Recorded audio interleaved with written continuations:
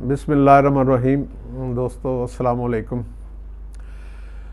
آپ نے دیکھا کہ دنیا کرونا کے لاک ڈاؤن میں چلی گئی، کرونا کے خوف کی وجہ سے اور اپنی اپنی حکومتوں کے احکامات کی وجہ سے 2 مہینے سے یہ کیفیت ہے۔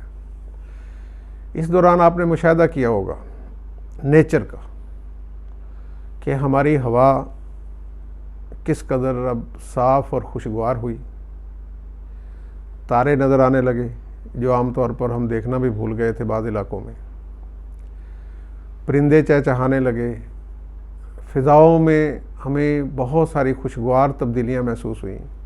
یہ تبدیلیاں نہ صرف ہماری آنکھ نے محسوس کی بلکہ ایک رپورٹ کے مطابق اسپیس سے بھی نظر آئی، خلا سے بھی جو ہے 50% چینجز دنیا کے ارد گرد فضا ہے جو اس میں محسوس کی گئی۔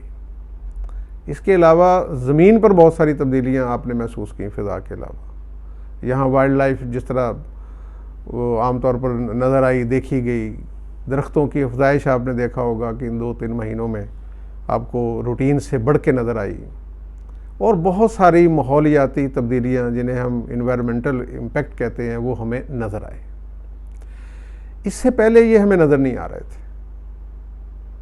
ہم کیا کر رہے تھے وہ لمبا چوڑا سبجیکٹ ہے، لیکن اشارتاً آپ دیکھ لیں کہ ہماری ٹریفک، ہمارے کارخانے، ہمارے ہوائی جہاز، ہمارا روزمرہ رہنے کا سٹائل، اور جس انداز سے ہم آلودگی پیدا کر رہے تھے وہ آلودگی نیچر کو ڈسٹرب کر رہی تھی۔ اسے ہم کہتے ہیں ڈسٹرکشن آف نیچر۔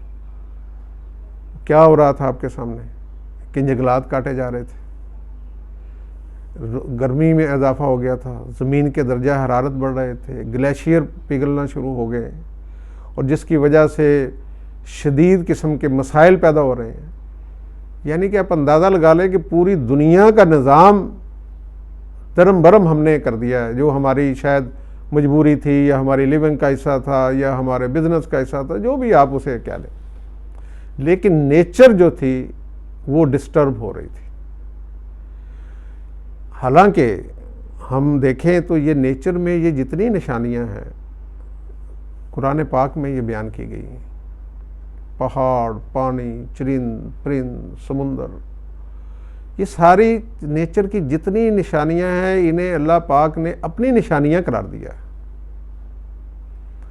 اور ہمارے عمل سے یہ نشانیاں جو تھی یہ کسی نہ کسی انداز میں ڈسٹرب ہو رہی تھی۔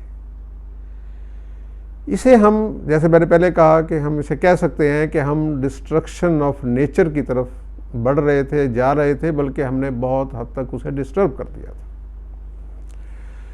اسے ہم فساد فی الارض کہہ سکتے ہیں یا نہیں کہہ سکتے، یہ ایک علمی بحث ہے۔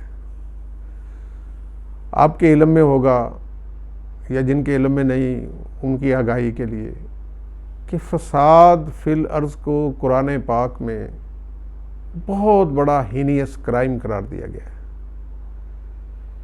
یہ ایسا جرم ہے جس کی سزا یہاں بھی ہے اور آخرت میں بھی ہے، یعنی کہ ڈبل سزا کا حقدار قرار دیا گیا ہے، اور یہاں پر بھی سزا بہت ہی شدید قسم کی سزا جو ہو سکتی ہے وہ ہے، جس میں سزائے موت تک شامل ہے۔